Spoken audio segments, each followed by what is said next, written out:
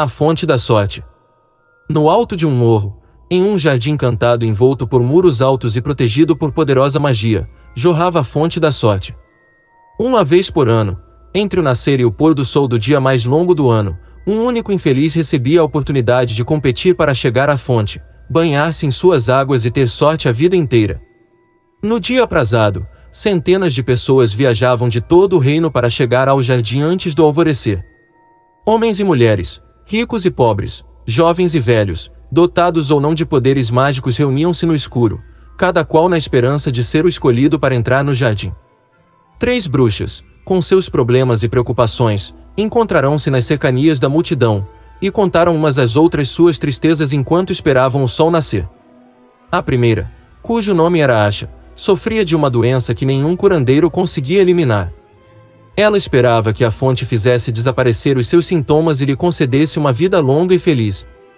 A segunda, cujo nome era Alteda, tivera sua casa, seu ouro e sua varinha roubados por um bruxo malvado. Ela esperava que a fonte a aliviasse de sua fraqueza e pobreza. A terceira, cujo nome era Mata, fora abandonada por um homem a quem amava profundamente, e acreditava que seu coração partido jamais se recuperaria. Esperava que a fonte aliviasse sua dor e saudade. Apiedando-se umas das outras, as 3 mulheres concordaram que, se lhes coubesse a chance, elas se uniriam e tentariam chegar à fonte juntas. O primeiro raio de sol rasgou o céu, e uma fresta se abriu no muro. A multidão avançou, cada pessoa exigindo, aos gritos, a bênção da fonte.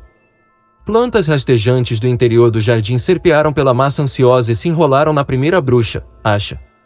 Ela agarrou o pulso da segunda bruxa, Alteda, que segurou com força as vestes da terceira bruxa, a Mata. E a Mata se enredou na armadura de um cavaleiro de triste figura que montava um cavalo esquelético. As plantas rastejantes puxaram as 3 bruxas pela fresta do muro, e o cavaleiro foi derrubado do seu ginete atrás delas. Os gritos furiosos da multidão desapontada se ergueram no ar matinal, e silenciaram quando os muros do jardim se fecharam mais uma vez. Asha e Alteda se zangaram com a Mata, que, acidentalmente, trouxera junto o cavaleiro. Apenas um pode se banhar na fonte. Já será bem difícil decidir qual de nós será, sem adicionar mais um. Ora, o cavaleiro azarado, como era conhecido nas terras alêmoros, observou que as mulheres eram bruxas e, não sendo ele dotado de magia, nem de grande perícia em torneios e duelos com espadas, nem de nada que o distinguisse como homem não mágico, ficou convencido de que não havia esperança de chegar à fonte antes das 3 mulheres. Anunciou, portanto, sua intenção de sair do jardim. Ao ouvir isso, a Mata se aborreceu também. Medroso! Ela o censurou. Desembainhe sua espada, cavaleiro, e nos ajude a atingir a nossa meta. E, assim, as 3 bruxas e o infeliz cavaleiro se aventuraram pelo jardim encantado, onde ervas raras, frutos e flores cresciam em abundância à margem de caminhos ensolarados. Eles não encontraram obstáculo algum até alcançar o sopé do morro em que se erguia a fonte. Ali, enrolado na base do morro, havia um monstruoso verme branco, inchado e cego. À aproximação do grupo, ele virou uma cara feia e mal cheirosa e proferiu as seguintes palavras: paguei-me a prova de suas dores. O cavaleiro azarado sacou a espada e tentou matar o bicho, mas a espada se partiu. Então Alteda atirou pedras no verme, enquanto Asha e a Mata experimentaram todos os feitiços que poderiam subjugá-lo ou hipnotizá-lo, mas o poder de suas varinhas não foi mais eficaz do que a pedra da amiga ou a espada do cavaleiro. O verme não quis deixá-los passar. O sol foi subindo sempre mais alto no céu e Asha, desesperada, começou a chorar. Então o enorme verme encostou o focinho no rosto dela e bebeu suas lágrimas. Saciada a sede, o verme deslizou para um lado e sumiu por um buraco no chão. Exultantes com o sumiço do verme, as 3 bruxas e o cavaleiro começaram a subir o morro, certos de que chegariam à fonte antes do meio-dia. A meio caminho da subida íngreme, porém, eles encontraram palavras gravadas no chão. Paguei-me os frutos do seu árduo trabalho. O cavaleiro azarado apanhou sua única moeda e colocou-a na encosta relvada, mas ela rolou para longe e se perdeu. As 3 bruxas e o cavaleiro continuaram a subir, e, embora tivessem andado durante horas, não avançaram um único passo. O topo continuava distante e a inscrição permanecia no chão diante deles. Todos se sentiram desanimados quando viram o sol passar sobre suas cabeças e começar a declinar em direção ao longínquo horizonte, mas Altheda andou mais rápido e, empenhando mais esforço do que os demais, estimulava-os a seguir seu exemplo, embora tampouco avançasse na subida do Morro Encantado. "Coragem, amigos, não fraquejem!" gritava ela, enxugando o suor do rosto. À medida que as gotas caíam, cintilantes, na terra, a inscrição que bloqueava o caminho desaparecia, e eles descobriram que podiam prosseguir. Encantados com a remoção do segundo obstáculo, correram para o alto o mais rápido que puderam, até que, por fim, avistaram a fonte, refulgindo cristalina em meio a árvores e flores. Antes de alcançá-la, no entanto, encontraram barrando seu caminho um riacho que circundava o topo do morro. No fundo da água transparente havia uma pedra lisa com as seguintes palavras: "Paguei-me o tesouro do seu passado." O cavaleiro azarado tentou atravessar o curso d'água flutuando sobre seu escudo, mas afundou. As 3 bruxas o tiraram de dentro do riacho e tentaram saltar por cima da água, mas o riacho não as deixou atravessar, e todo o tempo o sol ia baixando pelo céu. Eles começaram, então, a refletir sobre o significado da mensagem na pedra, e a Mata foi a primeira a compreendê-la. Apanhando a varinha, apagou da mente todas as lembranças dos momentos felizes que passará com o seu amor desaparecido e deixou-as cair na correnteza. O riacho as levou para longe, deixando aparecer pedras planas e, finalmente, as 3 bruxas e o cavaleiro puderam atravessar em direção ao topo do morro. A fonte refulgiu diante dos 4, emoldurada pelas ervas e flores mais raras e mais belas que jamais tinham visto. O céu coloriu-se de vermelho, e chegou a hora de decidir qual deles iria se banhar. Antes, porém, que chegassem a uma conclusão, a franzina Asha tombou no chão. Exausta com o esforço da subida, estava à beira da morte. Seus 3 amigos a teriam carregado até a fonte, mas Asha, em agonia mortal, lhes pediu que não a tocassem. Então Altheda se apressou a colher as ervas que julgou mais úteis, misturou-as na cabaça de água do cavaleiro azarado e levou a poção à boca de Asha. Na mesma hora, Asha conseguiu se pôr de pé. Além disso, todos os sintomas de sua terrível enfermidade tinham desaparecido. "Estou curada!" exclamou ela. "Não preciso da fonte, deixem Altheda se banhar." Altheda, porém, estava ocupada colhendo mais ervas em seu avental. "Se fui capaz de curar essa doença, posso ganhar muito ouro. Deixem a Mata se banhar." O cavaleiro azarado se inclinou e, com um gesto, indicou a fonte à Mata, mas ela sacudiu a cabeça. O riacho tinha lavado todos os seus desapontamentos de amor, e ela percebia agora que o antigo amado fora insensível e infiel, e que era uma grande felicidade ter se livrado dele. "Bom cavaleiro, o senhor deve se banhar, em recompensa por toda a sua nobreza," disse ela ao cavaleiro azarado.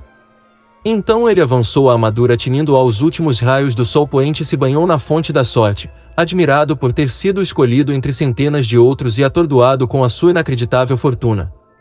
Quando o sol se pôs no horizonte, o cavaleiro azarado se ergueu das águas sentindo-se glorioso com o seu triunfo, e se atirou, ainda vestindo a armadura enferrujada, aos pés de Amata, a mulher mais bondosa e bela que já contemplara.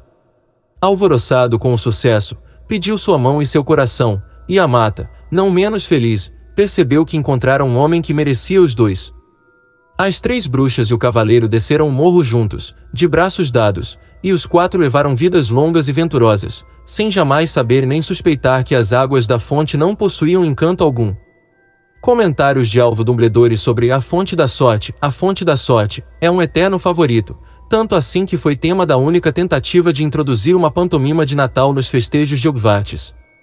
O nosso mestre de herbologia à época, professor Herbert Beere, um entusiástico aficionado do teatro amador, propôs uma adaptação dessa muito apreciada história infantil como uma surpresa especial de Natal para colegas e alunos. Eu era então um jovem professor de transfiguração, e Herbert me encarregou dos efeitos especiais, que incluíam providenciar uma fonte da sorte que funcionasse plenamente e a miniatura de um morro coberto de vegetação, que as nossas 3 heroínas e o nosso herói pareceriam escalar, enquanto a fonte afundaria lentamente no palco e desapareceria de vista.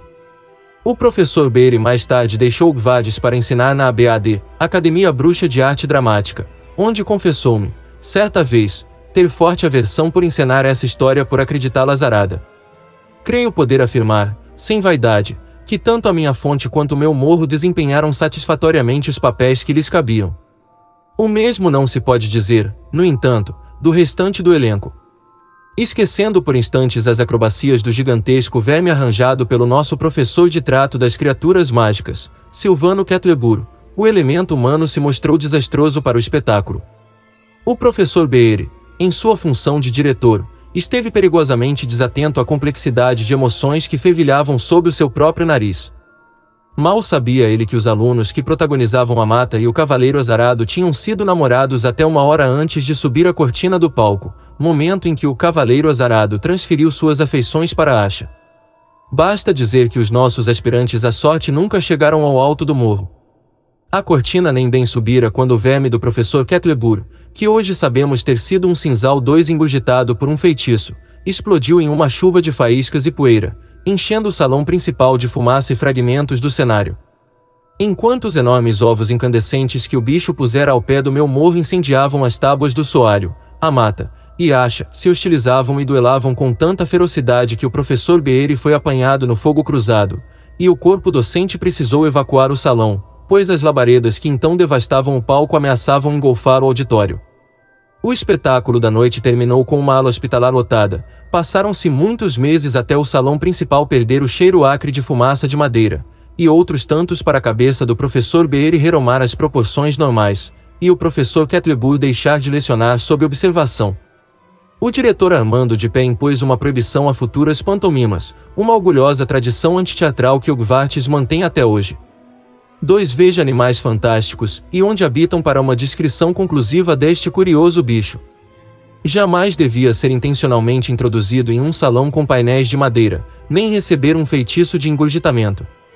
3 O professor Quetlebur sobreviveu a nada menos que 62 trimestres sob observação durante o tempo em que ocupou o cargo de professor de trato das criaturas mágicas. Suas relações com o meu predecessor em Hogwarts, o professor de pé, sempre foram tensas, pois este o considerava meio irresponsável. Na época em que me tornei diretor, no entanto, o professor Quetlebur já se acalmara consideravelmente, embora sempre houvesse alguém a comentar com cinismo que, restando-lhe apenas 1,5 dos membros com que nascerá, ele era forçado a levar a vida menos ativamente. Apesar do nosso fiasco dramático, A Fonte da Sorte é provavelmente o conto de Beedle mais popular, embora, tal como acontece com O Bruxo e o Caldeirão Saltitante, tenha seus detratores. Mais de um pai de aluno já exigiu a retirada desse conto da biblioteca de Hogwarts, inclusive, por coincidência, um descendente de Bruto Malfoy e antigo membro da diretoria de Hogwarts, o Sr. Lúcio Malfoy. O conselheiro apresentou, por escrito, sua exigência de que a história fosse proibida. Qualquer obra de ficção ou não ficção que retrate a miscigenação de bruxos e trouxas deve ser banida das estantes de Hogwarts. Não quero que o meu filho seja influenciado a macular a pureza de sua linhagem lendo histórias que promovam casamentos entre bruxos e trouxas. A minha recusa em retirar o livro da biblioteca foi apoiada pela maioria dos membros do conselho diretor de Hogwarts. Em resposta, escrevi ao Sr. Malfoy explicando a minha decisão. As famílias de sangue supostamente puro mantêm a sua alegada pureza excluindo os trouxas ou filhos de trouxas de suas árvores genealógicas, deserdando-os ou mentindo sobre sua pureza. Tentam então impingir aos demais a sua hipocrisia, pedindo a exclusão de obras que abordem as verdades que eles negam. Não há um único bruxo ou bruxa no mundo cujo sangue não tenha se misturado ao de trouxas, e, assim sendo, devo considerar ilógica e imoral a remoção de obras que tratem do assunto do acervo de conhecimentos dos nossos alunos. 4 Minha resposta motivou várias outras cartas do Sr. Malfoy, mas, como continham principalmente comentários afrontosos sobre a minha sanidade, meus pais e higiene, sua relevância para este comentário é remota. Esta troca de correspondência marcou o início da longa campanha do Sr. Malfoy para que me removessem do cargo de diretor de Hogwarts, e da minha para que o removessem do cargo de comensal da morte favorito de Lord Voldemort.